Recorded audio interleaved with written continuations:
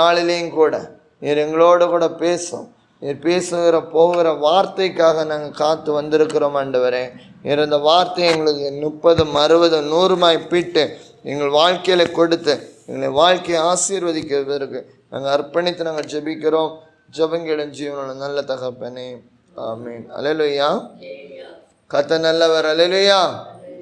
சரி, எல்லாரும் நல்ல கவனமாக இந்த வார்த்தையை கவனிக்கணும். வேதத்தில் இருந்து ஒரு காரியத்தை நம்ம பார்க்க போகிறோம். வேதத்தை திருப்பிக் கொள்ளலாமா? வேதத்தில் எல்லாரும் வேதத்தை தியானிக்கும் போது வேதத்தை எடுத்து வேதத்தை சொல்லக்கூடிய வசனங்களை பார்த்து அதை நம்ம ஒவ்வொருவரும் வாசித்து நம்ம அதன்படி வாழ்வதற்கு நம்ம என்ன செய்யணும்? நம்மளுடைய வாழ்க்கையை நம்ம அர்ப்பணிக்கிறோம். சரி, எல்லாரும் என்ன செய்யக்கூடாது? அங்கே இங்கே ஓடக்கூடாது. நல்ல கவனமாக இந்த வார்த்தையை கேட்கணும். சரியா? சரி, நல்ல கவனமாக இருங்க. 1 கொரிந்தியர் எழுதின புஸ்தகம் 7வது அதிகாரத்தை நீங்கள் திருப்பிக் கொள்ளும்போது அங்கே ஒரு வசனம் எப்படியா தெளிவாய் சொல்லுகிறது ஒருவர் படிக்கலாம். 35வது வசனம். 1 கொரிந்தியர் 7:35. இதை நான் உங்களுக்கு கண்ணியில் அகப்படுத்த வேண்டும் என்று சொல்லாமல் உங்களுக்கு தகுதியாக இருக்கும் என்றும் நீங்கள் கவலை இல்லாமல் கர்த்தரை பற்றியிருக்க வேண்டும் என்றும் உங்கள் சுய பிரயோஜனத்திற்காக சொல்லுகிறேன். பவுலடிகளார் ஒரு காரியத்தில் சபைக்கு இங்கே தெளிவாக சொல்கிறாரு. இந்த சபைகளுக்குள்ள பல வகையான குழப்பம், பல வகையான பிரச்சனை காணப்படுது. நீங்கள் நல்லா கவனித்து பார்க்கும்போது உபத்திரவங்கள் மத்தியில் தான் இந்த கொரிந்தி சபை உருவாகுது. அப்போ இன்றைக்கி தேவனுடைய பிள்ளைங்க சபைகளாக இருக்கலாம், ஊழியங்களாக இருக்கலாம், குடும்பங்களை சபையில் உள்ள குடும்பங்களாக இருக்கலாம், நம்ம உபத்திரவத்தின் மத்தியில் தான் கடந்து போகிறோம். இப்படிப்பட்ட சூழ்நிலையில் நம்ம கடந்து போகும்போது பவுல் இந்த வசனத்தின் மூலமாக தெளிவாக சொல்கிறாரு, நீங்கள் கவலை இல்லாமல் கர்த்தரை பற்றி கொண்டிருக்க வேண்டும். அல்லேலூயா. இதுதான் ஆண்டவர் உங்களோட கூட பேசக்கூடிய ஒரு வார்த்தை. இன்றைக்கி பலருடைய வாழ்க்கையில் என்ன இருக்குதுன்னா கவலை. இந்த கவலை தான் ஒரு மனுஷனுடைய இருதயத்தை ஒடுக்கும். இந்த கவலை தான் ஒரு குடும்பத்துடைய பிரச்சனைகளை அதிகரிக்கும். இந்த கவலை தான் வாழ்க்கையே முடக்கி போட்டு அடுத்த பரிமாணத்திற்கும் அடுத்த கட்டத்திற்கும் நம்ம வாழ்க்கையை நடத்த விடாதது ஒரே ஒரு காரியம் என்னென்னா கவலை. அதனால தான் ஆண்டவர் சொல்கிறாரு, நீங்கள் கவலை இல்லாமல் கர்த்தரை பற்றி கொள்ள வேண்டும். இந்த பரிசுத்தவான் மூலமாய் கர்த்தர் நமக்கு சொல்லக்கூடிய ஒரு காரியம், நீ கவலை இல்லாமல் வாழுப்பா. நீ கவலையை சுமந்து கொண்டு இருக்கிறாயே, நீ கவலை இல்லாமல் வாழு. ஜோம் பண்ணுகிறோம், ஆனால் கவலையோடு தான் இருக்கிறோம். வேதத்தை படிக்கிறோம், கவலையோடு தான் இருக்கிறோம். குடும்ப காரியங்களை பார்க்குறோம், கவலையோடு தான் இருக்கிறோம். உலகத்துடைய பல காரியங்களை பார்த்தோம். இன்றைக்கி நம்மளுடைய வாழ்க்கையில் பலர் பேச்சுகளில் இருதயத்தில் வைத்து நமக்குள்ள கவலை தான் காணப்படுது. ஆனால் ஆண்டவர் சொல்கிறாரு, இந்த கடைசி நாட்களில் நீங்கள் எப்படிப்பட்டவர்களாய் காணப்பட வேண்டும் என்றால் கவலை இல்லாதவர்களாக, கவலையை தூக்கி எறிந்து தேவனுக்கு பயந்தவர்களாக, கவலை இல்லாமல் கர்த்தரை பற்றி கொண்டவர்களாய் காணப்படணும். ஆமாம், உலக கவலையை நம்ம சுமக்கக்கூடாது. அதுதான் ஆண்டவரே ஒரு வார்த்தை சொல்லியிருக்கிறார், வருத்தப்பட்டு பாரம் சுமக்கிறோர்களே நீங்கள் எல்லாரும் என்னிடத்தில் வாருங்கள், நான் உங்களுக்கு இளைப்பாறுதலை தருகிறேன். அப்போ இளைப்பாறுதல் கொடுக்குற இயேசு. அப்போ கவலை எல்லாத்தையும் ஆண்டவர்கிட்ட ஒப்பு கொடுத்துட்டு ஆண்டவரை தேடி வரணும்னு சொல்லிட்டு தான் ஆண்டவர் நம்மள்கிட்ட எதிர்பார்க்கிறார். சரி, அப்போ இந்த கவலை நீ நெருக்குது பிரதர். இந்த கவலை நிமித்தமாக எனக்கு ஒவ்வொரு நாளும் தூங்க முடியலை. இந்த கவலை நிமித்தமாக பல நேரத்தில் மன அழுத்தம் வருது. இந்த கவலை நிமித்தமாக பல நேரத்தில் எனக்கு தலைவலி வருது. இந்த கவலை நிமித்தமாக நல்ல தூக்கம் வருது. என்னால் ஒன்றுமே செய்ய முடியலை, பைபிள் படிக்க முடியலை, ஜெபம் பண்ண முடியலை, வீட்டுடைய காரியத்தை ஒழுங்காக நான் என்னால் பண்ண முடியலை. கடனை குறித்து உள்ள கவலை, பிள்ளைகளை குறிச்சுள்ள கவலை, கணவரை குறிச்சுள்ள கவலை, வேலையை குறிச்சுள்ள கவலை, தொழிலை குறிச்சுள்ள கவலை, ஏதோ ஒரு கவலை இப்படி நீ நெருக்குது பிரதர், நீங்கள் என்ன செய்யலாம் என்று சொல்லி உங்கள் வாழ்க்கையில் நீங்கள் அதிகமாக யோசிக்கலாம். வேதத்தில் நீங்கள் ஒரு வசனத்தை கூட நீங்கள் திருப்பிக் கொள்ளலாமா? நீங்கள் பிலிப்பியர்கள் நிருபம் 4வது அதிகாரம் 6வது வசனத்தை ஒருவர் படிக்கலாம். நீங்கள் ஒன்றுக்கும் கவலைப்படாமல் எல்லாவற்றையும் குறித்து உங்கள் விண்ணப்பங்களை ஸ்தோத்திரத்தோடு கூடிய ஜெபத்தினாலும் வேண்டுதலினாலும் தேவனுக்கு தெரியப்படுத்துங்கள். ஆண்டவர் தெளிவா சொல்றாரு, நீ என்ன பண்ணணும்னா நீ தேவனுக்கு தெரியப்படுத்து. எப்படி? ஜெபத்தால நீ தேவனுக்கு தெரியப்படுத்து. அது மட்டும் போதும். பலர் என்ன பண்ணுவான்னா, ஒரு பிரச்சனையை குறித்து ஒருத்தவங்க சொல்றாங்க, அதுகிட்ட ஒரு காரியத்தை நம்ம கேள்விப்படுகிறோம், அதுகிட்ட ஒரு சூழ்நிலையை நம்ம பார்க்குறோம். உடனே என்ன பண்ணுறோம்? ஃபோனை எடுத்துகிட்டு யார்கிட்டையாவது போய் சொல்கிறோம். பிள்ளைங்கள்கிட்ட, பக்கத்து ஊருக்காரங்கள்ட்ட, பக்கத்து வீட்டுக்காரங்கள்ட்ட, நண்பர்கள்ட்ட, இப்படி தான் நம்ம பேசிக்கொண்டு இருக்கிறோம். ஆனால் நம்ம அந்த பிரச்சனையை நம்ம முதலாவது எங்கே கொண்டு போய் சேர்க்கலை? தேவ சமூகத்துக்கு கொண்டு போகல. ஆண்டவரே இப்படி இருக்குது இந்த பிரச்சனை, இதுலேருந்து ஒரு மாற்றம் வேணும்னு சொல்லிட்டு நம்ம என்ன பண்ணுறது கிடையாது, கேட்கறது கிடையாது. அதனால தான் இன்னைக்கு ஆண்டவரை நம்ம வாழ்க்கையில் என்ன செய்ய முடியலைன்னா அற்புதத்தை செய்ய முடியலை. ஆண்டவர் இன்னைக்கு நம்ம வாழ்க்கையில் அற்புதம் செய்யணும்னு நம்ம நினைக்கிறோம். அடையாளங்கள் மூலமாக பயங்கர ஒரு மாற்றம் என் குடும்பத்தில் வேணும், என் தொழிலில் வேணும், வாழ்க்கையில் வேணும், பிள்ளைகளோட வாழ்க்கையில் வேணும், ஜெபிக்கிற காரியத்தில் வேணும்னு எதிர்பார்க்குறோம். ஆனால் இது எப்போ கொண்டு ஆண்டோட்ட வரோன்னா, கவலையோட கடைசி மனுஷன் கைவிட்ட பிறகு, குடும்பத்தார் கைவிட்ட பிறகு, நெருக்கம் பொறுக்க முடியாத வேளையில் எல்லாத்துக்கிட்டையும் ஆலோசனை கேட்டுட்டு ஒன்றும் நடக்கலன்னு சொன்ன உடனே இப்போ நம்ம என்ன பண்ணுகிறோன்னா, கர்த்தர்கிட்ட கர்த்தர்கிட்ட வந்து ஆண்டவரே என் கவலையை மாற்றுங்க, கவலையை மாற்றுங்கன்னு சொல்லிட்டு என்ன பண்ணுகிறோன்னா நம்ம கதறுகிறோம். ஆமாம், இன்னைக்கு ஆண்டவர் அதுக்கு தான் ஒரு பதில் கொடுக்குறாரு. நீ எல்லா கவலையும் என்னிடத்துல வை, நீ கவலை இல்லாமல் வாழ வேண்டும். ஒரு ஜெபிக்கிற பிள்ளை கவலை இல்லாமல் இருந்தாதான் உலகத்துக்குள்ளே வாழ முடியும், சூழ்நிலையில் குடும்பத்தை நடத்த முடியும், வாழ்க்கையை ஜெயம் எடுக்க முடியும். கவலை இருந்துச்சுன்னா வியாதி வரங்க, பலவீனம் வரங்க, மன அழுத்தம் வரும். இதனால் டாக்டர் கண்டுபிடிக்காத வியாதிகள் எல்லாம், புது புது வியாதிகள், புது புது கிருமிகள் நம்மளை மேற்கொள்ளக்கூடிய முதல் காரியம் என்னன்னா கவலை. இந்த கவலை நம்மளை ஒடுக்க ஆரம்பிக்கும் போது இதெல்லாம் நம்ம வாழ்க்கையில நெருக்கத்தை உண்டு பண்ணும். அதனால தான் ஆண்டவர் சொல்றாரு, நீ கவலை இல்லாம நீ வாழ வேண்டும். உலகத்துல இந்த கடைசி நாட்கள்ல அந்தி கிறிஸ்து பல மன அழுத்தத்தை கொண்டு வருவான், குடும்பத்தார் மன அழுத்தத்தை கொண்டு வருவாங்க, பிசாசோடைய தந்திரத்தினால பலர மன அழுத்தத்துக்குள்ள கடந்து போகணும். அதான் வேத வசனம் கூட இப்படி சொல்லுது. நீங்க லூக்காவின் சுவிசேஷம் 21வது அதிகாரம் 14வது வசனத்தை படிங்க. என்ன உத்தரவு சொல்லுவோம் என்று கவலைப்படாதிருக்கும்படி உங்கள் மனதிலே, உங்க மனசுல கவலைப்படாதபடி நிர்ணயம் பண்ணிக்கிடுங்க, ஒரு தீர்மானம் எடுங்க. நான் கவலைப்பட மாட்டேன், என்ன பேசுவேன்னு சொல்லிட்டு கவலைப்பட மாட்டேன், இந்த பிரச்சனையை குறித்து கவலைப்பட மாட்டேன்னு சொல்லிட்டு உங்க இருதயத்தில் நீங்க தீர்மானம் எடுங்க. நீங்க பலரும் பல வார்த்தைகளை பேசலாம், பல குடும்பங்கள் பல வார்த்தைகளை பேசலாம், பல மனுஷர்கள் வார்த்தைகளை பேசலாம்.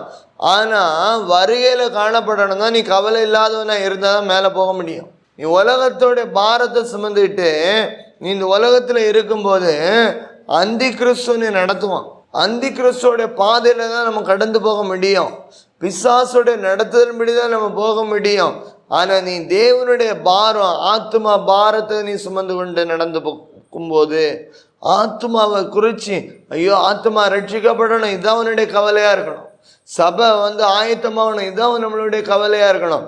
இதை விட்டுட்டு நம்ம தனிப்பட்ட வாழ்க்கையில ஐயோ என் பிள்ளை, என் கணவர், என் சூழ்நிலை, என் வேலை, இதை குறித்து நம்ம என்ன செய்யக்கூடாதான், கவலைப்படக்கூடாது. அதனால தான் ஆண்டவர் சொல்றாரு, நீ ஒரு தீர்மானம் பண்ணு. இன்னைக்கு உன் வாழ்க்கையில ஒரு தீர்மானம் பண்ணு. என்ன பிரச்சனை வந்தாலும், என்ன குழப்பம் வந்தாலும், என்ன அவமானம் வந்தாலும் நான் என்ன பண்ண மாட்டேன், கவலையே பட மாட்டேன். ஏன்னா நான் யாரு, ஏசப்பாவுடைய பிள்ளை அப்படின்னு சொல்லிட்டு ஒவ்வொரு தெய்வ பிள்ளைங்களும் தன்னுடைய இருதயத்தை கர்த்தருக்கு ஒப்பு கொடுக்கணும். அப்படிப்பட்ட பிள்ளைங்களா மாறணும். ஏன்னா இயேசு கிறிஸ்து கடைசி நாட்கள்ல கடைசி காலத்தை குறித்து சொல்லக்கூடிய ஒரு சத்தியம்தான் அது. நீங்க கவலைப்படாதிருங்கள். அப்ப நம்ம வசனத்திற்கு நம்ம என்ன பண்ணணும், கீழ்ப்படியணும், வசனத்தின்படி நம்ம நடக்கணும். நீ ஆண்டவர் சொல்ற நீ கவலைப்படாம இருப்பான்னு சொன்னா நீ கவலைப்படாம இருக்கணும். ஐயா மலை போல உள்ள பிரச்சனை நெருக்கும் போதும் நம்ம கவலைப்படாமல் இருக்கணும்.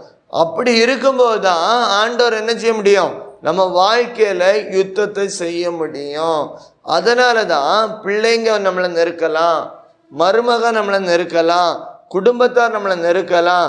ஐயோ இந்த பிரச்சனை இப்படி காணப்படுது, அல்ட்ட ரொம்ப நாளாக நான் ஒரு காரியத்தை பார்க்குறேன், பதிலை எதிர்பார்க்குறேன், அல்ட்ட ஒரு மாற்றத்தை பார்க்கணும்னு நினைக்கிறேன், ஆனால் மாற்றம் இல்லையே, அற்புதம் இல்லையே, ஆசீர்வாதம் இல்லையே சொல்லிட்டு கவலையோடு இருக்கிறீங்க.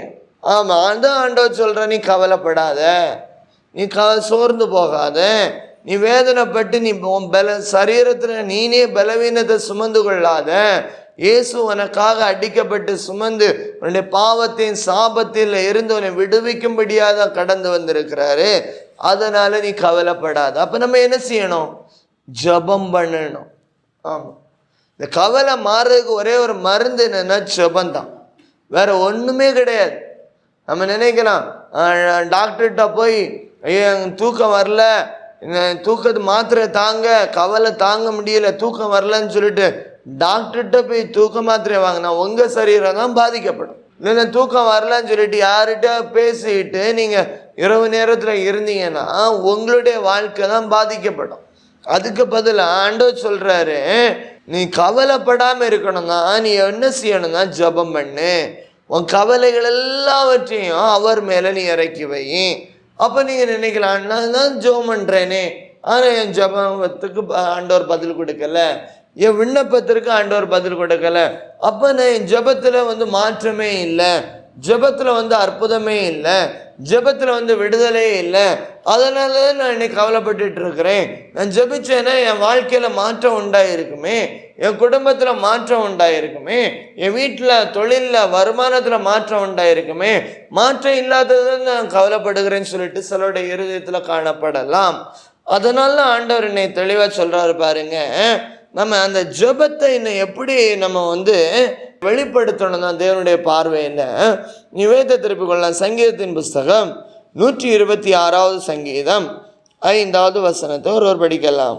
கண்ணீரோடு விதைக்கிறவர்கள் கம்பீரத்தோடு அறுப்பார்கள். அப்போ தாவீது சொல்றாரு பாருங்க, கண்ணீரோடு என்ன செய்யணுமோ விதைக்கணும். நம்ம ஜபம் எப்படிப்பட்ட விதையா இருக்குதுன்னா கண்ணீரோடு விதைக்கக்கூடிய ஜபமா இருக்கும். இன்னும் நம்ம ஜபிக்கிறோம், நல்லா சத்தம் போட்டு ஜபிக்கிறோம், ஆனால் கண்ணீரோட ஜபிக்கிறோமா? யோசிச்சு பாருங்க. ஆண்டவர் சொல்றாரு, நீ கண்ணீரோட விதைச்சனா நீ கம்பீரத்தோடு அறுப்ப. நம்ம வாழ்க்கையில் நீ கண்ணீரின் ஜபம் இல்லை. ஆனால் எதுக்கு நம்ம கண்ணீர் அடிப்பானா, நெருக்கம் அதிகமாக வரக்கூடிய நேரத்தில் மனுஷனுக்கு முன்னால் கண்ணீர் அடிப்போம். பிரச்சனை அதிகமாக வரும்போது தனிமையாக இருந்து கண்ணீர் அடிப்போம். ஆமாம், மன அழுத்தம், அது அவங்க பேசின காரியத்தை நம்ம இருதயத்தில் உள்வாங்கி அதை உட்கொள்ளும் போது நம்ம கண்ணீர் வரும். அல்ட்ட சூழ்நிலை மற்ற இடத்துல காரியத்தை பார்க்கும்போது நம்ம கண்ணீர் வரும். ஆனால் நீ ஜபத்தில் கண்ணீர் வெடிக்க வேண்டும் என்றாண்டோ தெளிவாக சொல்கிற. நீ உன் தனிப்பட்ட ஜபத்தில், உன் குடும்பத்திற்காக ஜெபிக்கிற ஜபத்தில், உன் தொழிலுக்காக ஜெபிக்கிற ஜபத்தில், உன் வருமானத்திற்காக ஜெபிக்கிற ஜபத்தில் நீ கண்ணீர் சிந்தி ஜெபம் பண்ணு. நீ கம்பீரத்தோட நீ அறுவடையை பார்ப்பாய். உன் குடும்பத்தில் நீ கம்பீரத்தோட ஏன் இன்னைக்கு நீ அறுவடையை பார்க்கலன்னா நம்ம கண்கள்ல இருந்து கண்ணீர் புறப்படலை. பிள்ளைக்காக எவ்வளோ நேரம் கண்ணீர் சிந்தி ஜெபம் பண்ணியிருப்போம். யோசிச்சு பாருங்க. 4 பேர்கிட்ட சொல்லியிருப்போம் பிள்ளைய குறித்து, ஐயோ ஜெபம் பண்ணுங்க என் பிள்ளைக்காக, ஜெபம் பண்ணுங்க என் பிள்ளைக்காக, ஐயோ என் பிள்ளை இப்படி இருக்கிறேன் 4 பேர்கிட்ட சொல்லியிருப்போம். ஆனால் பிள்ளைக்காக எவ்வளோ நேரம் ஜெபம் பண்ணுவோம் கண்ணீரோட? யோசிச்சு பாருங்க. நம்ம கணவருக்காக எத்தனை மணி நேரம் கண்ணீரோட ஜெபம் பண்ணுவோங்க? யோசிச்சு பாருங்க. ஐயோ என் புருஷன் இப்படி இருக்கிறான், என் பிள்ளை கணவர் இப்படி இருக்கிறான்னு சொல்லிட்டு 4 பேர்கிட்ட சொல்லுவோம். ஆமாம், அதை நினச்சி நம்ம வேதனைப்படுவோம். ஆனால் நம்ம புருஷனுக்காக எத்தனை நேரம் கண்ணீரோட ஜெபம் பண்ணியிருப்போம். அதுகிட்ட குடும்பத்தில் இப்படி ஒரு பிரச்சனை இருக்குதுன்னு சொல்லிட்டு இந்த பிரச்சனையோட தீர்வுக்காக 4 பேர்கிட்ட கேட்டு ஆலோசனை கேட்போம். அதுட்டா அதை குற்றம் கண்டுபிடிப்போம். அதுட்டா அது நம்மளே ஏதோ ஒரு தீர்மானம் எடுத்து நம்ம தோல்வி அடைய வேண்டிய சூழ்நிலை கூட ஏற்படும். ஆனால் அந்த நேரத்தில் பிரச்சனை நெருக்க வரும்போது எப்பமா தேவ சமுத்திரம் உட்காந்து கண்ணீரோட ஜெபம் பண்ணியிருப்போமா? 1 மணி நேரம், 1/2 மணி நேரம் இல்லை. அதில் மனுஷருக்கு முன்னால் கண்ணீராக வரும், ஊழியக்காரங்க முன்னால் கண்ணீராக வரும். ஆமாம், சபையில் கண்ணீராக வரும். ஆனால் தனிப்பட்ட விதத்தில் கண்ணீரும் ஜெபம் கிடையாது. ஆனால் சத்தம் இயேசுவே அந்த காரியத்தை செய்யுங்க, அதை செய்யுங்க, இதை செய்யுங்கன்னு சொல்லிட்டு தான் நம்ம சொல்லுவோம்.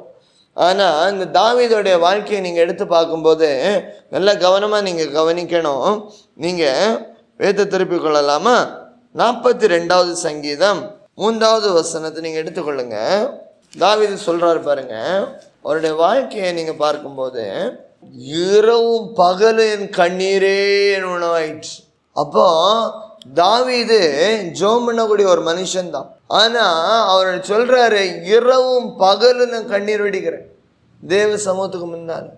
அது கண்ணீர் தான் எனக்கு கடைசியில் உணவு, வேறு வழியே இல்லை. நான் கண்ணீர் வெடித்து தான் நான் ஜெபம் பண்ணுறேன். எத்தனை வாழ்க்கையில் அப்படி காணப்படுது? யோசிச்சு பாருங்க. அந்த கண்ணீரின் ஜெபத்தின் அனுபவம் எத்தனை பேருடைய வாழ்க்கையில காணப்படுது? மனுஷனுக்கு முன்னால கண்ணீர் வெடிக்கிறோம், குடும்பத்துக்கு முன்னால கண்ணீர் வெடிக்கிறோம், கணவருக்கு முன்னால கண்ணீர் வெடிக்கிறோம், பிள்ளைங்களுக்கு முன்னால கண்ணீர் வெடிக்கிறோம், வேலையில கண்ணீர் வெடிக்கிறோம், வருமானத்துக்காக கண்ணீர் வெடிக்கிறோம். ஆனா தேவ சமூகத்துக்கு முன்னால எவ்வளவு நேரம் கண்ணீர் வெடிக்கிறோம்? தேவ மனுஷன் சொல்றாரு, இந்த கண்ணீரே என் வாழ்க்கையில உணவாயிடுச்சு. இன்னொரு வசனத்தை கூட நீங்க எடுத்து படிக்கும்போது தாவீது சொல்றாங்க பாருங்க, 88வது சங்கீதத்துல 9வது வசனத்தை கூட நீங்க படித்து பார்க்கும்போது அங்கேயும் தாவீது சொல்லுவார் பாருங்க, துக்கத்தினால் என் கண் என்ன செஞ்சுட்டான் பாருங்க, கண்ணீர் வடிய வடிய கண் என்ன செஞ்சுட்டான், தோய்ந்து போயிட்டு. அந்த அளவு கண்ணீர் வடிக்கிறார் ஜெபத்துல. நம்ம துக்கத்தினால ஜெபத்துல தேவ சமுத்திர கண்ணீர் வடிக்கிறோமா? கர்த்தாவே, அனுதினமும் நான் உம்மை நோக்கி கூப்பிட்டேன், உமக்கு நேராக நான் கைகளை வெறுக்கிறேன். யாருக்கு முன்னால? கர்த்தாவே. நண்பர்களுக்கு முன்னால் அல்ல, தோழர்களுக்கு முன்னால் அல்ல, தோழிகளுக்கு முன்னால் இல்லை, பழகினவங்களுக்கு முன்னால் இல்லை. யாருக்கு முன்னால் கண்ணீர் வடிக்கிறான்? கர்த்தருக்கு முன்னால். நீ தேவனுடைய பிள்ளைங்க ஜெபிக்கிற ஜெபம் எப்படி இருக்கணும்னா, கண்ணீர் சிந்தி ஜெபிக்கிற ஜெபமாய் காணப்படும்.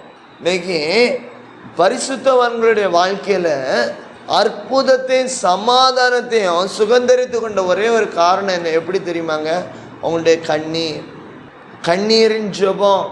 சும்மா கண்ணீர் வடிக்கிறது இல்லை, கண்ணீரின் ஜெபத்துக்கு தான் ஆண்டவர் பதில் கொடுக்க முடியும். நீ கண்ணீரின் ஜெபம் இல்லாம ஆண்டவர் எக்காரணம் கொண்டோம் நம் வாழ்க்கையில அற்புதத்தை செய்ய முடியாது. அதுதான் இங்க வேத வசனத்தின் மூலமா ஆண்டவர் நம்மளோட கூட பேசுகிறார். நல்ல கவனமா நீங்க வேதத்தை திருப்பி கொள்ளும் போது ஒரு சில காரியங்களை உங்களோட பகிர்ந்து கொள்ள நான் விரும்புகிறேன். நீங்க வேதத்தை திருப்பி கொள்ளலாம். நீங்க சங்கீதத்தின் புஸ்தகம் 56வது சங்கீதத்தை நீங்க திருப்பி கொள்ளலாம். சங்கீதம் 56. கர்த்தருடைய நாமத்தை மகிமைப்படட்டும். தாவீது சொல்றாரு பாருங்க, 8வது வசனத்தை படிங்க. என் அலைச்சல்களை தேவரீர் என் அறிந்து என் கண்ணீரே உம்முடைய துருத்தியில் வையும். தாவீது சொல்றாரு, கண்ணீர் வடிக்கிறது மாத்திரம் இல்ல, என் கண்ணீரை உம்முடைய துருத்தியிலே வையும் சொல்றாரு. ஆமா, தேவனுடைய பாத்திற்கு முன்னால தேவனுடைய துருத்தியில கண்ணீர் காணப்படுதான். அதான் தாவீது அவ்வளவு உணர்ந்து சொல்றார், தேவனுடைய பாத்துக்கு முன்னால கண்ணீர் இருக்குதுங்க. நம்ம நினைக்கிறோம் நம்ம மனுஷருக்கு முன்னால இந்த காரியத்தை செய்யறோம், குடும்பத்துக்கு முன்னால இந்த காரியத்தை செய்யறோம், மனுஷங்க இப்படி பேசிட்டாங்கன்னு சொல்லிட்டு கண்ணீர் வடிக்கிறோம். அதெல்லாம் இல்லை. நீ தேவனுக்கு முன்னால கண்ணீர் வடிச்சனா அந்த கண்ணீர் எப்படி காணப்படும்னா தேவனுடைய துருத்தியில காணப்படும். அதான் தாவீது சொல்றாரு, என் அலைச்சல்கள், நான் அங்க ஓடுறேன் இங்க ஓடுறேன், அந்த பிரயாசம் இந்த பிரயாசம், பெலிஸ்தியரை நான் மேற்கொள்ளுகிறேன், குடும்ப பிரச்சனைகளை நான் மேற்கொள்ளணும், ஆண்டவரே என்னால் பலன் இல்லப்பா, என் கண்ணீரை நான் உங்களுடைய பாதத்தில் வடிக்கிறேன். இப்படி அமலேக்க நெருக்கிறான், இப்படி இவன் நெருக்கிறான், அவன் குடும்பத்தை நெருக்கிறான், என் பிள்ளை எனக்கு விரோதமா வருது, ஆண்டவரே எனக்கு முடியலன்னு சொல்லிட்டு இந்த தாவீது என்ன பண்ணுகிறார்னா கண்ணீர் சிந்துகிற ஒரு மனுஷனாய் காணப்படுது. இன்னைக்கு பலருடைய வாழ்க்கையில சத்தம் இருக்குது, ஆனா ஜெபத்துல அந்த கண்ணீரின் ஜெபம் இல்லை, இருதயம் நொறுக்கப்படலை. இயேசு கிறிஸ்து உயிரோடு இருக்கக்கூடிய நாட்கள்ல அவர் பட்டணத்தை பார்த்து அவர் கண்ணீர் விட்டார். இயேசு கிறிஸ்து கெத்செமனே தோட்டத்துல அவர் வியாகுலப்பட்டு அவர் கண்ணீர் சிந்தினார் என்று வேதம் தெளிவா சொல்லுது. ஆமா, பலத்த சத்தமாய் கண்ணீரோடு மாம்சத்துல இருக்கும்போது அவர் என்ன பண்ணாராம்? ஜெபித்தார் என்று வேதம் தெளிவா சொல்லுது. இன்னைக்கு இயேசு போல மாறணும்னு நினைக்கிறோம், ஆனா ஜெபம் இருக்குது, ஜெபத்துல சத்தம் இருக்குது, ஆனா ஜெபத்துல கண்ணீர் இல்லை. ஜெபம் பண்றோம், ஜெபத்துல சத்தம் இருக்குது, ஆனா ஜெபத்துல என்ன இல்லை? கண்ணீர் இல்லை. இயேசு ஒவ்வொரு நிமிஷம் நகரத்தை பார்த்தா கண்ணீர் வெடிக்கிறார். லாசரோட வீட்டுக்கு போனா அங்க கண்ணீர் வெடிக்கிறார். ஜனத்தை பார்த்தா வியாகுலப்படுகிறார், வேதனைப்படுகிறார், கண்ணீர் சிந்துகிறார். ஒவ்வொரு நேரத்திலையும் கண்ணீரோட தான் காணப்படுகிறார். ஆமா, நான் ஊழியத்துக்கு போகும்போது பல நேரத்தில் கண்ணீர் இல்லாமல் நான் ஊழியத்துக்கு போனேன் கிடையாது. எந்தெந்த இடத்துல கண்ணீரோடு நாங்கள் போகிறோமோ அந்த இடத்துல கர்த்தர் ஊழியத்தில் ஒரு அற்புதத்தை செய்வார். ஒன்றில் விடுதலையாக இருக்கும், இல்லைன்னா ரட்சிப்பாக இருக்கும், இல்லைன்னா மனம் திரும்புதலாக இருக்கும், இல்லை சிலர் ஆண்டவர் ஊழியத்துக்கே ஒரு கூட்டத்தை ஜனத்தை வந்து மீட்டெடுக்கிற பிரிக்கிற ஜனங்களாக மாற்றப்படுவாங்க. ஆமாம், கண்ணீரோடு தான் நாங்கள் போவோம் ஊழியத்துக்கு. அப்படி இருக்கிற போது அவமானம் ஒரு பக்கம், வேதனை ஒரு பக்கம், ஆண்டவரேன்னு சொல்லிட்டு தான் கதறும். வேற யார்ட்டும் சொல்ல முடியாது. கண்ணீரோடு தான் போவோம். வாகனத்தில் போகும்போது கண்ணீர், பிரயாணத்தில் பைக்கில் போகும்போது கண்ணீர், வெளியில் பார்த்தா சிரிச்ச முகத்தோடு இருக்கும், ஆனால் தனித்து இருக்கும்போது கண்ணீரோடு தான் நாங்கள் போவோம். போகும்போது அங்கே கர்த்தர் அறுவடை செய்வார், அற்புதத்தை செய்வார், அவங்களுக்கு தேவையான ஏற்ற மன்னாவை கொடுப்பார். காரணம் என்ன? உங்கள் வாழ்க்கையிலையும் தேவன் இப்படிப்பட்ட பலத்தை அற்புதத்தை செய்யணும்னா நீங்கள் தேவ சமூகத்துக்கு முன்பாக கண்ணீரோடு நீங்கள் போய் நில்லுங்க. கர்த்தர் கம்பீரமான அறுவடை உங்கள் வாழ்க்கையில் காண செய்வார். அதான் உண்மை. இல்லாமல் எவ்வளோதான் நான் ஜெபம் பண்ணேன், மாயக்காரனும் ஜெபம் பண்ண தான் செய்கிறோம். ஆண்டவர் சொன்னார்ல, என்னோட தீர்க்கதரிசிகளும் என்னோட மேய்ப்பர்களும் மாயக்காரெல்லாம் இருக்கிறாங்களே. மாயக்காரன் என்ன பண்ணுவான்? சத்தமாக ஜெபம் பண்ணுவான், காணிக்க போடுவான், எல்லா காரியத்திலும், ஆலயத்தில் உள்ள காரியம், ஊழியத்தில் உள்ள காரியங்கள் எல்லாத்துலேயும் முன்னிலையில் நிற்பாங்க, கொடுக்குற காரியத்தில் உண்மையாக இருப்பாங்க, கண்ணீர் கிடையாது. ஆனால் அந்த கண்ணீரோடு நம்ம ஜெபிக்கிறோம் தெரியுமா, அந்த ஜெபத்திற்கு தேவன் விலையேறப்பட்ட பதிலை கொடுப்பார். சாதாரண பதில் கிடையாது. குடும்பம் அசையும், வாழ்க்கை நடுங்கும், வீட்டுக்குள்ள மாற்றம் வரும், சத்துரு பின்னிட்டு போவான், வியாதி மாறும். இந்த கண்ணீரின் ஜெபத்தால். இன்னைக்கு பல பரிசுத்தவான்கள் வேதத்தில் நம்ம பார்க்கலாம், கண்ணீரோட ஜெபித்தனால அவங்க வாழ்க்கையில் ஆண்டவர் பல அற்புதத்தை செஞ்சார். ஆனால் இன்னைக்கு நம்ம ஒரே ஒரு மனுஷனை நம்ம பார்க்க போகிறோம். அது மனுஷன் யாருன்னா தாவீது. தாவீது கண்ணீரோட ஜெபித்தனால அவருடைய வாழ்க்கையில கர்த்தர் என்ன செய்றா பாருங்க. 56வது சங்கீதம் 9வது வசனத்தை படிங்க. நான் உம்மை நோக்கி கூப்பிடும் நாளிலே என் சத்துருக்கள் பின்னிட்டு திரும்புவார்கள், தேவன் என் பட்சத்தில் இருக்கிறார் என்பதை நான் அறிவேன். தாவீது சொல்றாரு, நான் கண்ணீரோட கூப்பிடுற நேரத்துல சத்துருக்கள் பின்னிட்டு விலகுவார்கள், பிசாசு பின்னிட்டு போகும், பலவீனம் பின்னிட்டு போகும், தடை பின்னிட்டு போகும், போராட்டம் பின்னிட்டு போகும். உங்களுக்கு விரோதமாக எதிர்த்து வந்த மனிதர்கள் உங்களை விட்டு பின்னிட்டு போவார்கள். அதுதான் வேதம் தெளிவாக சொல்ல வருது. நீ கண்ணீரோட ஜெபிச்சு பாரு, கர்த்தர் உங்க வாழ்க்கையில அற்புதம் செய்வார். தாவீதோட வாழ்க்கையில் அதான் சொல்றாரு. அதுக்கு முந்தின வசனம் சொல்றேன், நான் அலைச்சலோட தேவ சமூகமுடைய சமூகத்தில் வாரேன், என் கண்ணீரை நீர் கணக்கில் வைங்க ஆண்டவரேன்னு சொல்லும் போது ஆண்டவர் பதில் கொடுக்கிறாரு. எப்படின்னா, சத்துருக்களை திரும்ப பண்ணுகிறார், எதிரிகளை நிர்மூலமாக்குறார், போராட்டங்களை தகர்த்து போடுகிறார், தடைகளை உடைத்தெறிகிறார், அவமானத்தை உடைத்தெறிகிறார், நெருக்கத்தை மாற்றுகிறார். வீட்டில் காணப்பட்ட தரித்திரத்தை கூட கர்த்தர் மாற்றுகிறார். இன்னைக்கு பலருடைய வாழ்க்கையில் அந்த கண்ணீரின் ஜெபம் உண்மையாக இல்லாதனால தான் வீட்டுக்குள்ள பிரச்சனை, போராட்டம், கண்ணீர். அந்த வசனத்தை நான் சுதந்திரித்து கொள்வேன். ஆண்டவரே, உம்மை நோக்கி கூப்பிடும் நாளிலே என் சத்துருக்கள் என்னை விட்டு திரும்புவார்கள், பின்னிட்டு போவார்கள். இந்த வசனத்தை தான் அதிகமாக நான் சொல்லிகிட்டே இருப்பேன். ஏசப்பா, நான் உண்மை நோக்கி கூப்பிட்ற நேரத்தில் என் சத்துருக்கள் பின்னிட்டு திரும்பணும், என் சத்துருக்கள் பின்னிட்டு திரும்பணும், நீர் என் கூட இருக்கிறது என்பதை நான் அறியணும். மனுஷன் அறியணாங்க, கர்த்தர் என் கூட இருக்கிற மனுஷன் அறியணும் தேவையில்லை. நான் அறிஞ்சா போதும், என் தகப்பன் என் கூட இருக்கிறது நான் அறிஞ்சா போதும். ஆமாம், என்னை படைத்தவர் என்ன கூட இருக்கிறது நான் அறிஞ்சா போதும், வேற யாரும் அறியணும் தேவையில்லை. அதனால அவருடைய பாதத்தில் நீ கண்ணீர் விடுங்க. தாவீதுடைய வாழ்க்கையில் ஒரு சம்பவம் நடக்குது. அதான் நான் உங்கள்கிட்ட சொல்லி அப்படியே நம்ம கொஞ்சம் நேரம் ஜெபத்துக்குள்ளே நம்ம போக விரும்புகிறோம். பாருங்கள், வேத திருப்பி கொள்ளுங்க. 2 சாமுவேலுக்குள்ள புஸ்தகம் 15வது அதிகாரம் 30 முதல் 31 வரைக்கும் ஒருவர் படிக்கலாம். தாவீது தன் முகத்தை மூடி வெறுங்காலால் நடந்து அழுது கொண்டு ஒலிவ் மலையின் மேல் ஏறி போனான். அவனோடு கூட இருந்த சகல ஜனங்களும் முகத்தை மூடி அழுது கொண்டு ஏறினார்கள். அப்சலோனோட கட்டுப்பாடு பண்ணினுடன் அகித்தோப்பேனுடன் சேர்ந்திருக்கிறான் என்று தாவீதுவுக்கு அறிவிக்கப்பட்ட போது தாவீது கத்தாவே பாரு போதும். இங்க ஒரு சூழ்நிலை பாருங்க. தாவீது என்ன பண்றாருன்னா, ஒரு பொறுப்புல இருக்கிறாரு, ஒரு அதிகாரத்துல இருக்கிறாரு. இப்படிப்பட்ட சூழ்நிலையில் திடீர்னு ஒரு பிரச்சனை வருது. இன்றைக்கி நம்மளுடைய வாழ்க்கையில் திடீர்னு குழப்பம், மன அழுத்தம், பிரச்சனை இப்படி தான் வரும்.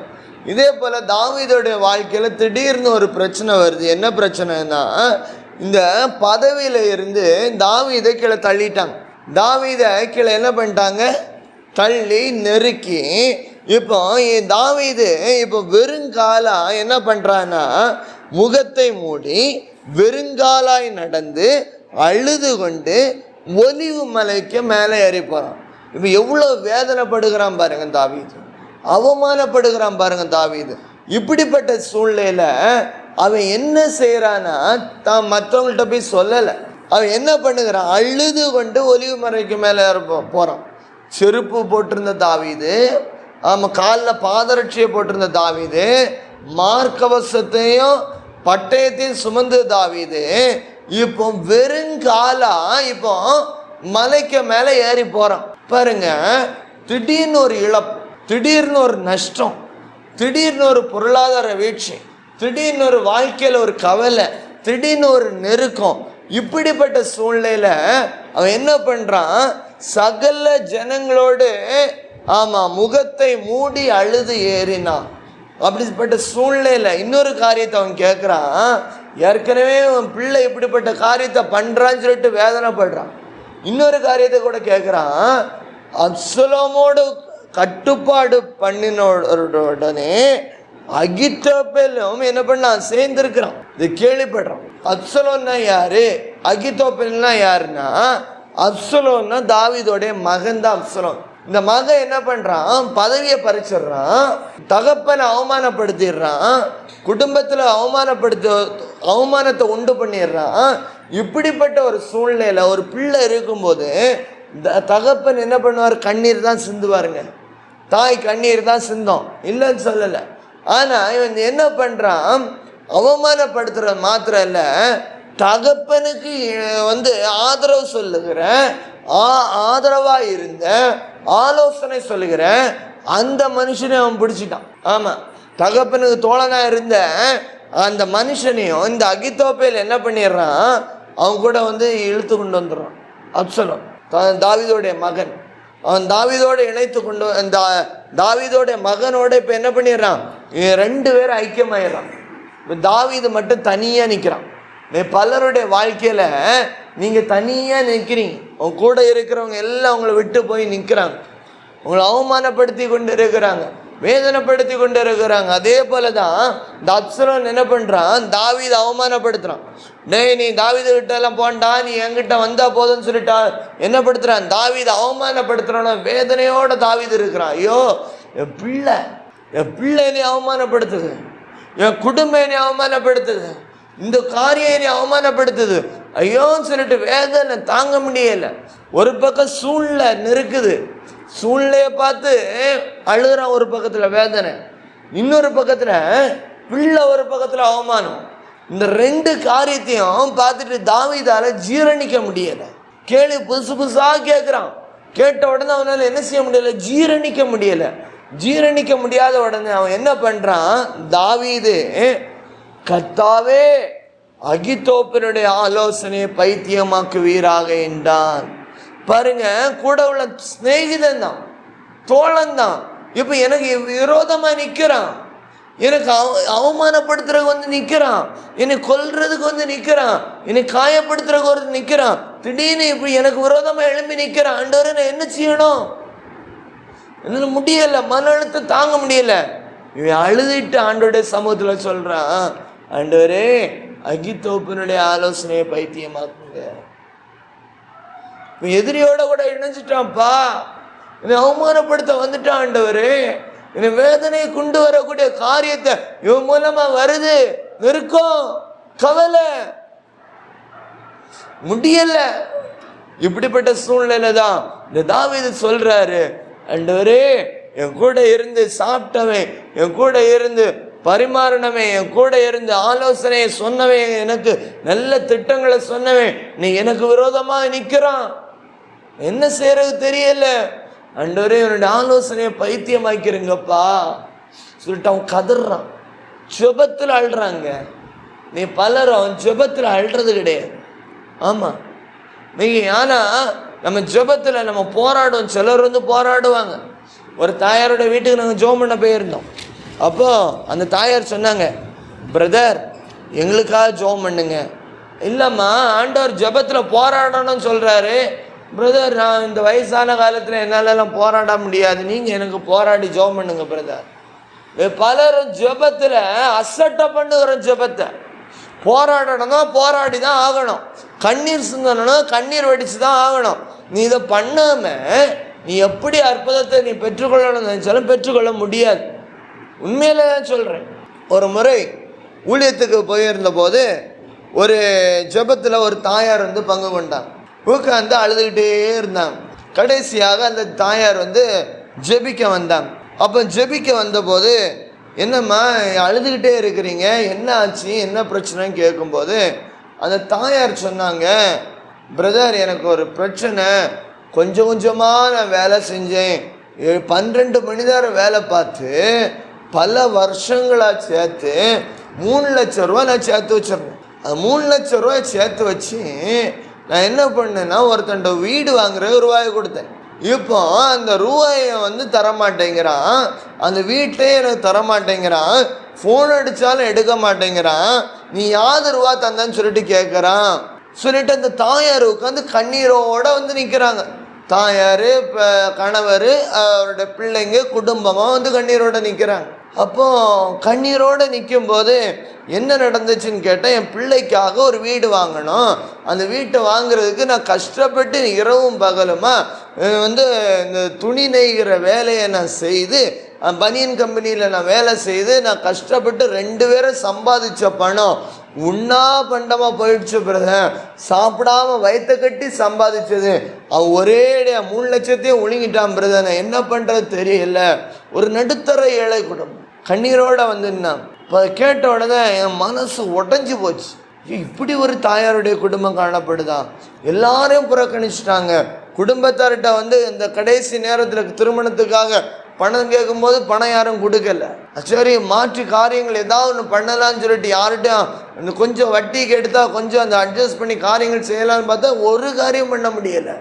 நெருக்கம் தாக்கு பிடிக்க முடியலை, அவமானம் தாக்கு பிடிக்க முடியலை. இப்படிப்பட்ட சூழ்நிலையில் அந்த தாயாருடைய குடும்பம் அந்த இடத்துல ஜெபத்துக்கு வந்து நின்றார். அப்போ தேவ சமூகத்தில் ஆண்டவரேன்னு சொல்லிட்டு கண்ணீரோடு நாங்கள் எல்லாரும் ஜெபம் பண்ணி விட்டோம். ஜெபம் பண்ணி விட்டுட்டு அடுத்த மாதத்தில் அவங்க வந்து ஒரு சாட்சி சொன்னாங்க. பார்க்கணும், யார் ஃபோன் எடுக்கலையோ, யார் ரூபா கொடுக்க மாட்டேன்னு சொன்னாங்களோ அவங்களே வந்து என்ன பண்ணாங்க, கையில் வந்து அந்த ரூபாயை கொடுத்து, அம்மா நீங்கள் தந்த ரூபாயை 5 காசு குறையாமல் நான் அப்படியே உங்கள்கிட்ட தாரேன்னு சொன்னாங்க. அதான் தேவனுடைய பிள்ளைங்களே, ஒரு மனுஷனுடைய கண்ணீரின் ஜெபம் வாழ்க்கையில் மாற்றத்தை உண்டு பண்ணும். இழந்ததை நீங்கள் திருப்பி கொள்ள முடியும். அதுதான் தாவீதுக்கு இப்போ மரண பயம் கூட இருக்கிறவன், எனக்கு தெரியும் இனி எப்படி கொல்லணும் திட்டம் போட்ட மரண பயம். இப்படிப்பட்ட சூழ்நிலையில தான் தாவீது ஜெபம் பண்றார், ஆண்டவரே அப்சலோனுடைய ஆலோசனையை பைத்தியமாக்குவீராக என்று. அப்படி ஜெபம் பண்ணோட நடந்த ஒரு சம்பவத்தை நீங்க பாருங்க. நீங்க 17வது அதிகாரத்தை நீங்க திருப்பி கொள்ளும் போது நீங்க 14வது வசனத்தை நீங்க படிங்க பாருங்க. ஆண்டவர் என்ன செய்யறாருன்னா, நெருக்கப்பட்டு இருக்கிற வேளையில, கண்ணீரோடு இருக்கிற வேளையில தாவீது ஜெபத்துல கர்த்தர் அவருடைய ஜெபத்தை கேட்கிறார். தாவீது பண்ணக்கூடிய ஜெபத்தை கர்த்தர் என்ன செய்யறார், கவனித்து கேட்டு கர்த்தர் அப்சலோமின் மேல் பொல்லாப்பை வர பண்ணும் பொருட்டு என்னது அகித்தோப்பின் நல்ல ஆலோசனையை அபத்தம் பண்ணுவதற்கு கர்த்தர் கட்டளையிட்டா. நீங்க நினைக்கலாம், ஏன் இன்னைக்கு நீங்க ஜெபம் கேட்கப்படலை நீங்க நினைக்கலாம். இன்னைக்கு ஆண்டவர் தீர்க்க தரிசனமா சொல்றாரு, நீ கண்ணீரோட நீ ஜெபம் பண்ணு, நான் உன் ஜெபத்தை கேட்பேன். அப்சலோனுக்காக அகித்தோப்பேலுக்காக தாவீது கண்ணீர் வெடித்தான். கண்ணீர் வெடிச்சு இந்த பிரச்சனை மாறணும், என் ஜீவன் பாதுகாக்கப்படணும், மறுபடியும் என் ஜனம் பாதுகாக்கப்படணும் ஆண்டவரேன்னு சொல்லிட்டு என்ன பண்ணாரு, கண்ணீர் வெடிச்சனால 2 பேரையும் ஆண்டவர் என்ன பண்ணாரு, வெட்கப்பட வைத்தார். எல்லாம் கவனம். உங்களுக்கு விரோதமா மனுஷங்க வராங்களா, உங்களுக்கு விரோதமா மனுஷிங்க வராங்களா, உங்களுக்கு விரோதமாக குடும்பங்கள் எழும்பி வருதா, உங்களுக்கு விரோதமாக பிள்ளைங்க எழும்பி வர்றாங்களா, உங்களுக்கு விரோதமாக உங்கள் நண்பர்களே எழும்பி வராங்களா, உங்களுக்கு விரோதமாக உங்களுக்கு கூட உள்ள சாப்பிட்டவங்க கூட பழகினவங்களே எழும்பி வர்றாங்களா, நீ கண்ணீர் வெடித்து நீ ஜெபம் பண்ணதுக்கு உன் வாழ்க்கையை ஒப்பு கொடு. ஒருவேளை இன்னைக்கு வருமானமே இழந்து போய் நிற்கிறீங்களா, அட்ட குடும்பத்தில் சில தவிப்புகளை சந்தித்து கொண்டு இருக்கிறீங்களா, அட்ட சில அவமானத்தை நீங்கள் சந்தித்து கொண்டு இருக்கிறீங்களா, அட்ட பண நெருக்கத்தை நீங்கள் பார்த்து ஐயோ ஒன்றுமே இல்லையே நான் என்னை வெறுமையாக இருக்கிறேன் நீங்கள் நினைக்கிறீங்களா, ஆண்டவர் சொல்கிற நீ கண்ணீர் வெடி. நீ கண்ணீர் வெடிக்கும் போது நாங்கள் வாழ்க்கையில் அந்த கண்ணீர் என் துருத்தியில் காணப்படும் போது நான் கம்பீரமான அறுவடை உன் வாழ்க்கையில் செய்வேன், உன் ஜெபத்திற்கு பதில் கொடுப்பேன். நீ கவலைப்படாத, நீ கண்ணீர் வெடிச்சு ஜெபம் பண்ணு. ஐயோ எனக்கு ஒன்றுமே நடக்கலை, அற்புதம் நடக்கலை, ஆசீர்வாதம் உண்டாகலை, இவ்வளோ தடை, இவ்வளோ பிரச்சனை, இவ்வளோ போராட்டம் நீ சொல்லுவதற்கு பார்க்கலாம், நீ கண்ணீர் வெடிச்சு நீ ஜெபம் பண்ணு, அந்த கண்ணீருக்கு கர்த்தர் பதில் கொடுப்பார். அல்லேலூயா. அதுதான் ஆண்டவர் சொல்றார். அதான் தாவீது சொல்றாரு பாருங்க, அந்த 56வது அதிகாரத்தில் 9வது வசனத்தில், உம்மை நோக்கி கூப்பிடும் நாளிலே என் சத்துருக்கள் பின்னிட்டு திரும்புவார்கள். இன்னைக்கு ஆண்டவர் உங்க வாழ்க்கையில சொல்றார், என்ன பிரச்சனையா இருந்தாலும், அது யோர்தானை போல உள்ள பிரச்சனையா வந்தாலும், எரிகோ போல உள்ள பிரச்சனையா வந்தாலும், அது எல்லாம் பின்னிட்டு திரும்பும், அதெல்லாம் திரும்ப போகிறது, உன் வாழ்க்கையில் அது திரும்ப போகிறது. ஒருவேளை குடும்பத்துக்குள்ள சில பிசாசோடைய போராட்டங்கள் இருக்கலாம், வாழ்க்கையில் சில போராட்டங்கள் காணப்படலாம். இன்னைக்கு எல்லாம் திரும்ப போகிற, எல்லா சத்துருக்கள் திரும்ப போகிறாங்க, எல்லா வல்லமைகள் அழிக்கப்பட போகுது. இன்னைக்கு கர்த்தர் உங்களுக்கு மெய்யாகவே உங்கள் ஜெபத்தை கேட்க போகிறேன். என்னை ஒப்பு கொடுப்பீங்களா? ஆண்டவரே, நான் கண்ணீர் சிந்தி நான் ஜெபிக்கிறவளாக, கண்ணீர் சிந்தி ஜெபிக்கிறவனாக நான் என் வாழ்க்கையை ஒப்பு கொடுக்குறப்பா, என் வாழ்க்கையை அர்ப்பணிக்கிறப்பா, நீங்கள் குடும்பத்தை அர்ப்பணிக்கிறப்பா. இதுவரைக்கும் நான் கண்ணீர் சிந்தலை ஆண்டவரே, இன்றைக்கு இந்த நிமிஷத்தில் என் வாழ்க்கையை ஒப்பு கொடுக்குறேன்னு சொல்லுவீங்களா? என் பிள்ளைய நினச்சி நான் மனுஷங்கள்கிட்ட கண்ணீர் வடிச்சிருக்கிறேன். ஐயோ, என் சூழ்நிலையை நினச்சி மற்ற குடும்பத்தார்கிட்ட கண்ணீர் வடிச்சிருக்கிறேன். ஆனால் இன்னைக்கு உம்முடைய பாதத்தில் நான் கண்ணீர் வெடிக்க ஒப்பு கொடுக்குறேன்ப்பா. ஐயோ, என் வருமானத்தை குறித்து, என் பொருளாதாரத்தை குறித்து நான் மனிதர்கள்ட்ட நான் கண்ணீர் வெடிச்சிருக்கிறேன். ஆனால் நான் இன்றைக்கி உம்முடைய பாதத்தில் நான் கண்ணீர் வெடிப்பேன் ஆண்டவரே. ஒப்பு கொடுப்பீங்களா?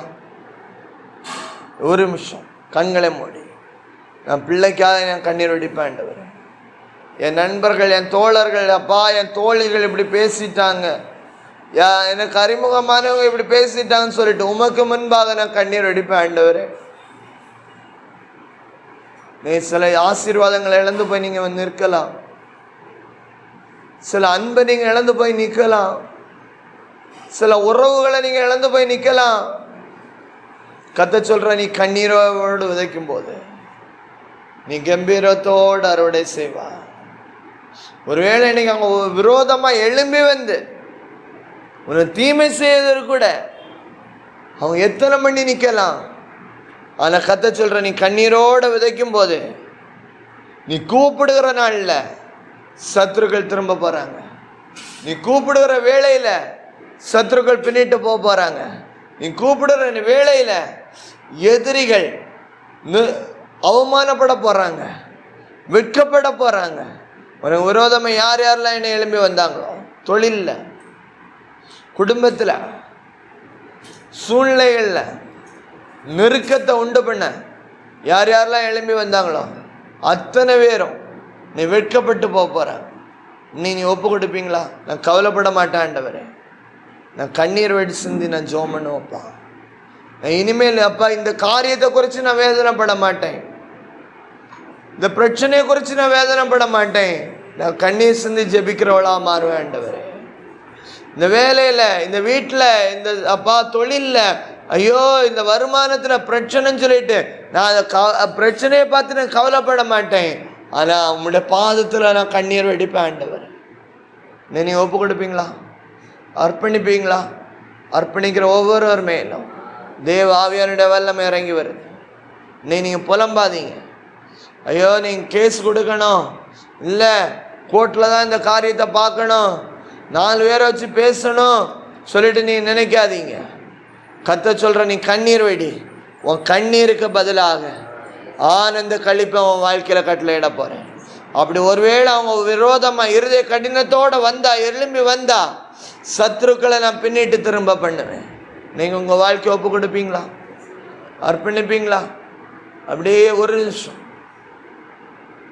கண்ணீர் சிந்தி கதறி நாங்கள் அழுகிறோம், கண்ணீர் சிந்தி கதறி நாங்கள் அழுகிறோம், கரம் விரித்து உம்மை நோக்கி பார்க்கிறோம், கரம் விரித்து உம்மை நோக்கி பார்க்கிறோம். உந்த நாமம் மகிமை பெற வேண்டும் கத்தாவே, உந்தன் அரசு விரைவில் வர வேண்டும் கத்தாவே. ஒப்பு கொடுங்க பார்க்கலாம். நான் கண்ணீரோடு என்னை விதைக்கிற ஆண்டவர், இந்த பிரச்சனை உடைய பாதத்தில் நான் கண்ணீரோடு ஒப்பு கொடுக்குறேன்ப்பா. இந்த கண்ணீர் போராட்டத்தை, அவமானத்தை நான் கண்ணீரோடு விதைக்கிறேன்ப்பா. என் வாழ்க்கையை அர்ப்பணிக்கிறேன் ஆண்டவரே. இந்த நாளில் என் வாழ்க்கையில் ஒரு மாற்றத்தை கொடுங்கப்பா, ஒரு விடுதலை கொடுத்துருங்கப்பா, ஒரு சுகத்தை கொடுத்துருங்கப்பா, ஒரு அப்பா மாற்றத்தை கொடுத்துருங்கப்பா. அப்பா அந்த நெருக்கத்துல இருந்து ஒரு விடுதலை, அப்பா அவமானத்திலேருந்து ஒரு விடுதலை, ஐயா கடன்காரங்களிடத்துலேருந்து ஒரு விடுதலை, வட்டிக்காரங்களிடத்துலேருந்து விடுதலை, ஐயோ பேங்க்காரங்களிடத்துலேருந்து ஒரு விடுதலை, ஐயோ தகப்பனே இந்த மனுஷங்க இப்படி பேசுகிறாங்களே அந்த மத்தியில் ஒரு விடுதலை, தகப்பனே பொருளாதார பிரச்சனையிலேருந்து ஒரு விடுதலை. இன்னைக்கு யார் யாரெல்லாம் கண்ணீர் வெடித்து ஜெபிக்கிறாங்களோ நீர் ஒவ்வொருடைய கண்ணீர்களையும் அப்பா உடைய துருத்தியில அப்ப சேர்த்து நீர் அது மூலமாக பதில் கொடுப்பீராக, பதில் கொடுப்பீராக, பதில் கொடுப்பீராக. தகப்பனே நீ மாம்சத்தோடு இருந்த நாட்கள்ல கண்ணீரோடு நீர் கதறி ஜெபித்த போது அப்பா ரட்சிப்பு ஜனங்கள் பெற்றுக்கொண்டாங்க. அப்பா நித்திய ரட்சிப்பை பெற்றுக்கொண்டாங்க, ஜனங்கள் விடுவிக்கப்பட்டாங்க, பிரச்சனைகள் மாற்றப்பட்டதப்பா. அதே போல நம்முடைய பிள்ளைகளுடைய வாழ்க்கையில இந்த நாள்ல இந்த நிமிஷத்துல அவருடைய வாழ்க்கையில ஒரு விடுதலை உண்டாகட்டும் ஆண்டவரே. அற்புதம் நடக்கட்டும், சுகத்தையும் விடுதலையும் அப்பா சமாதானத்தையும் அவருடைய வாழ்க்கையில கொடுத்து தகப்பனே திரு சாயலாக மாற்றி ஒவ்வொருவரையும் வருகைக்கு ஆயத்தப்படுத்தி அப்பா திரு சமூகம் பொறுப்பெடுத்து கொள்ளும்படியாய் நான் ஜெபிக்கிறேன். வழி நடத்தும் ஆசீர்வதியும் இயேசுவின் மூலம் ஜெபிக்கிறோம். ஜெபங்கள் ஜீவனோட நல்ல தகப்பனே, என் ஆத்மாவே கர்த்தரை ஸ்தோத்திரி, என் முழுமே பரிசுத்தமத்தை ஸ்தோத்திரி, என் ஆத்மாவே கர்த்தரை ஸ்தோத்திரி, கர்த்தர் சகல உபகாரங்களை மறவாதே. ஆமென்.